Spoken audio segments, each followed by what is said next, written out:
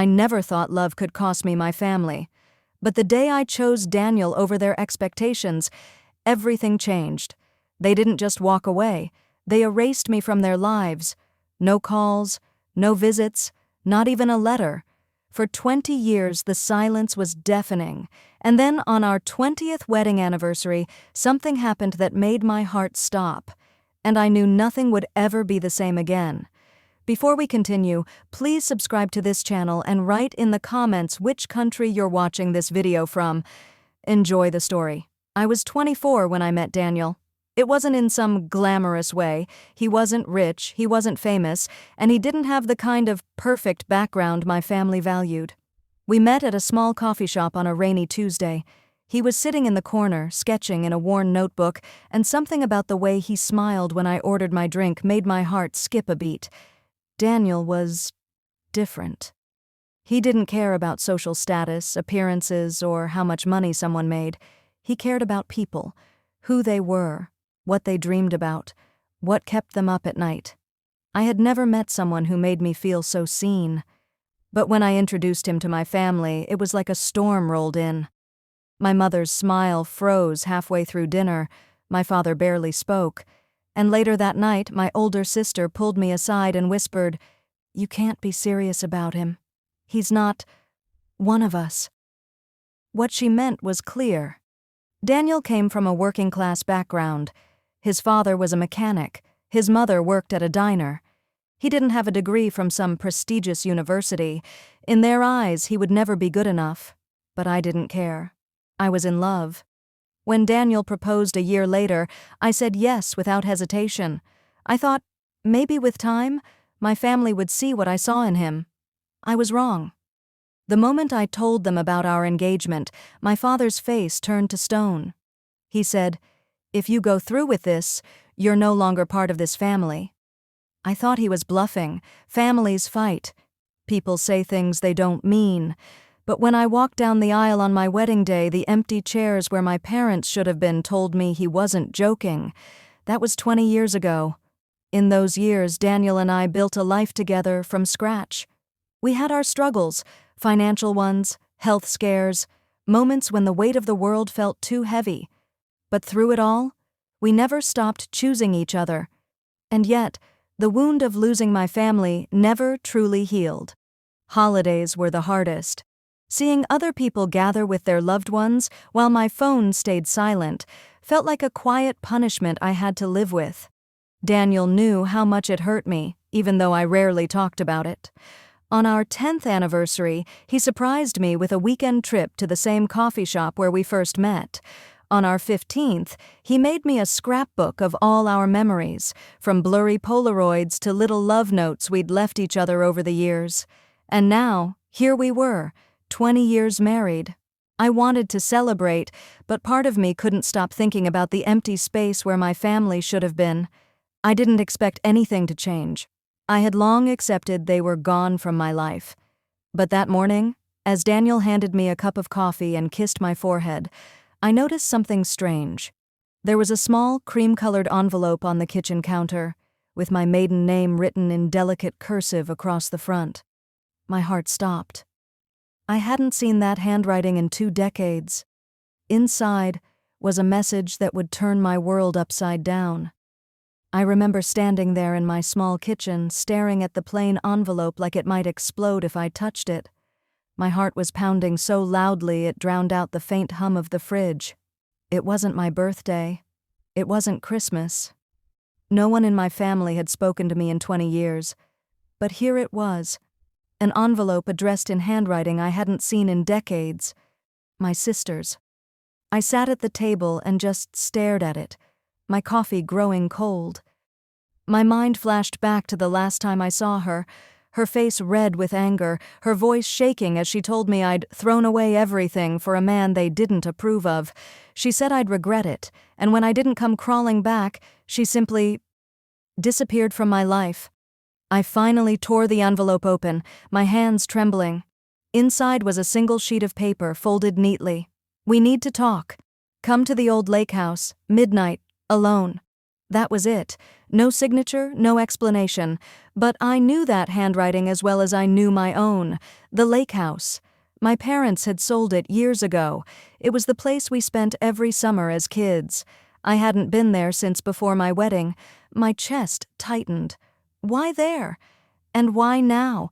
When I told Mark about it that night, he frowned, leaning back in his chair. "Sounds weird," he said slowly. "Why would she reach out after all this time, and in the middle of the night?" I didn't have an answer, but the truth was I felt a pull. I needed to know what she wanted. So at 11:30 p.m., I got in my car and drove. The road to the lake house was exactly as I remembered, narrow, winding, and shadowed by towering pines. The night was unusually quiet, the kind of silence that presses against your eardrums. My headlights caught glimpses of the dark, still water through breaks in the trees. When I pulled up to the property, I froze. The lake house was lit from the inside, warm light spilling through the windows like someone had been living there all along. But the house had been abandoned for years. I stepped out of the car, the gravel crunching under my shoes. As I walked up to the door, I noticed the faint smell of burning wood, like a fireplace was going inside. The door creaked as I pushed it open. The moment I stepped in, a rush of memories hit me.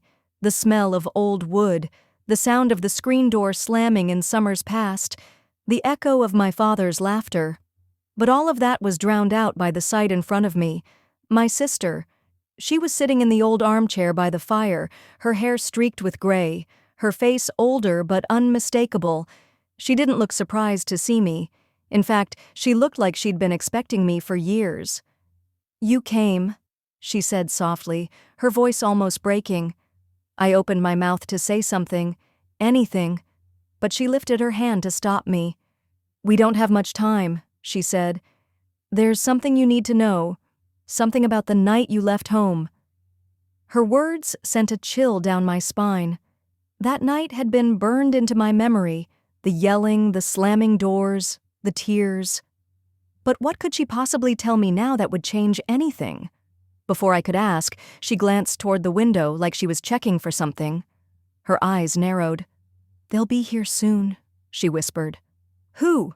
I asked, my voice shaking. She didn't answer. Instead, she reached into her pocket and pulled out a folded photograph. She pressed it into my hand, her fingers cold against mine. "Look at this, then decide if you want to hear the rest." I unfolded the photo and felt my stomach drop. It was me, on my wedding day, standing outside the church, but in the background, barely visible, was a man I'd never seen before, and he was staring right at me. I wish I could say the years that followed got easier. They didn't. If anything, the silence from my family grew heavier as time passed. Holidays came and went without a single phone call. Birthdays were ignored. It was like I'd been erased from the family tree. Daniel, bless his heart, tried everything to keep me from falling apart. He would take me on small weekend trips, bring me flowers for no reason, even cook dinner, though his cooking often meant ordering takeout and pretending he made it. But even his kindness couldn't fill the hole left by the people who'd raised me. Then came the small moments that reminded me how deep the grudge ran. I once spotted my sister at the grocery store. She looked right at me, and then turned away like I was a stranger. That cold dismissal broke something inside me. Years passed like that, until one day, something unexpected happened. It was about 2 weeks before our 20th wedding anniversary. I was tidying up the living room when Daniel walked in holding an envelope. "This came in the mail," he said, handing it to me. My heart skipped when I saw the return address. It was from my parents. I just stared at it for a while, afraid to open it. My hands trembled as I slid my finger under the seal. Inside was a simple card with gold-embossed letters that read, "Congratulations on 20 years." There was no signature, no personal message, just the card. Daniel frowned when he saw my face. "Well, it's something, right?" he said, trying to sound hopeful. But I could see in his eyes he was just as baffled as I was. I kept that card on the mantel, unsure if it was a small olive branch or just a polite gesture with no real meaning. Still, I couldn't stop thinking about it. And then, a week later, the real shock came. Daniel and I were sitting down to dinner when my phone buzzed. It was a text from an unknown number.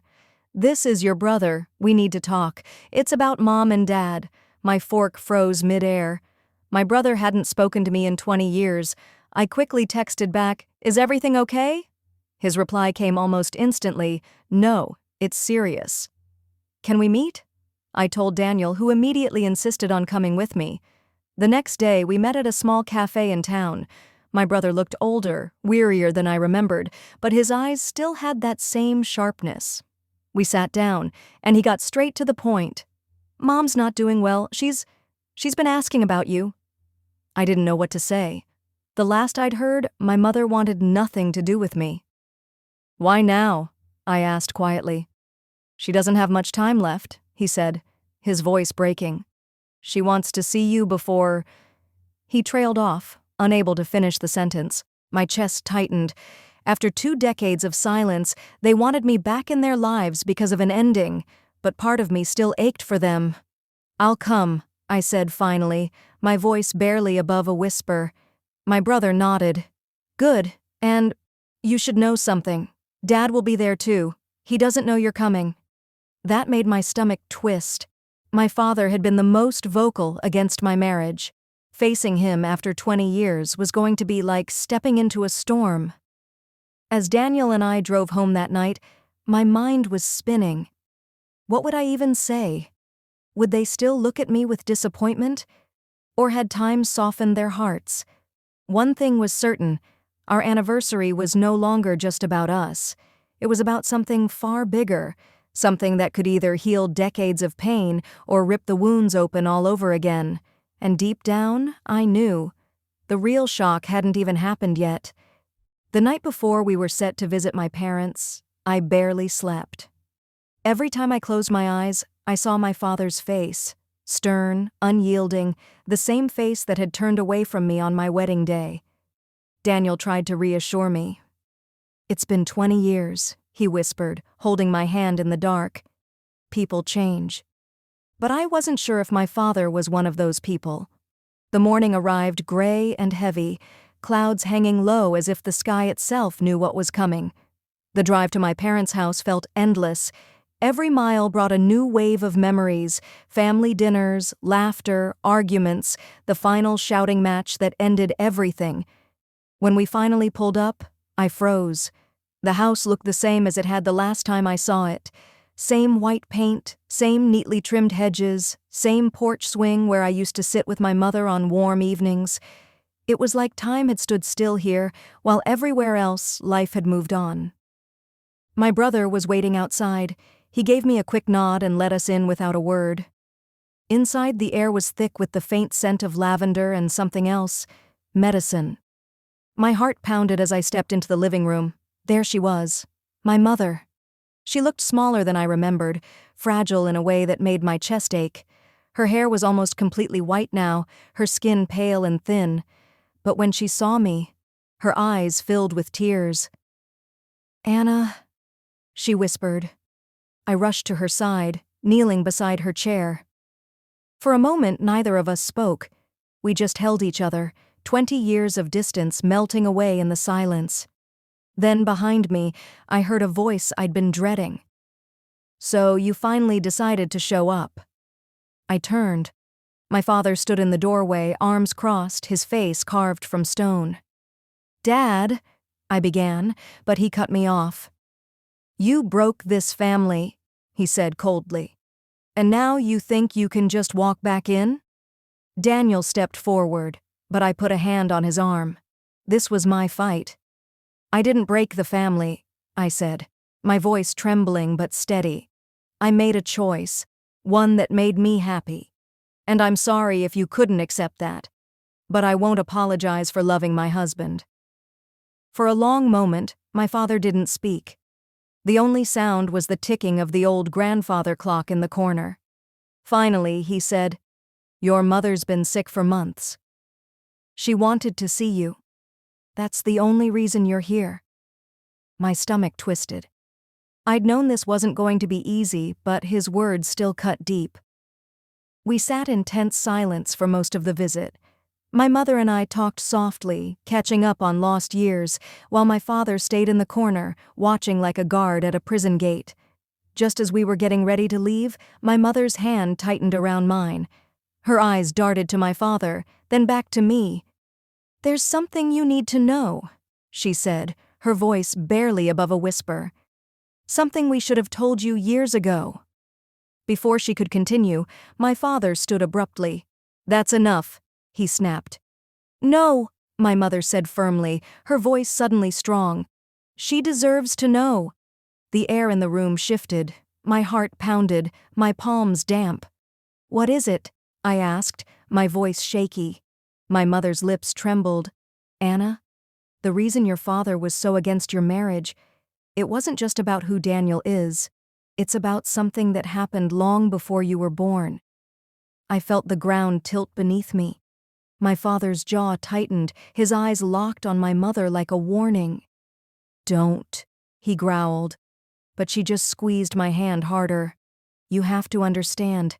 Everything you thought you knew about this family, about yourself, it's not the whole truth." And just like that, I knew the real reason I'd been called here wasn't just to say goodbye.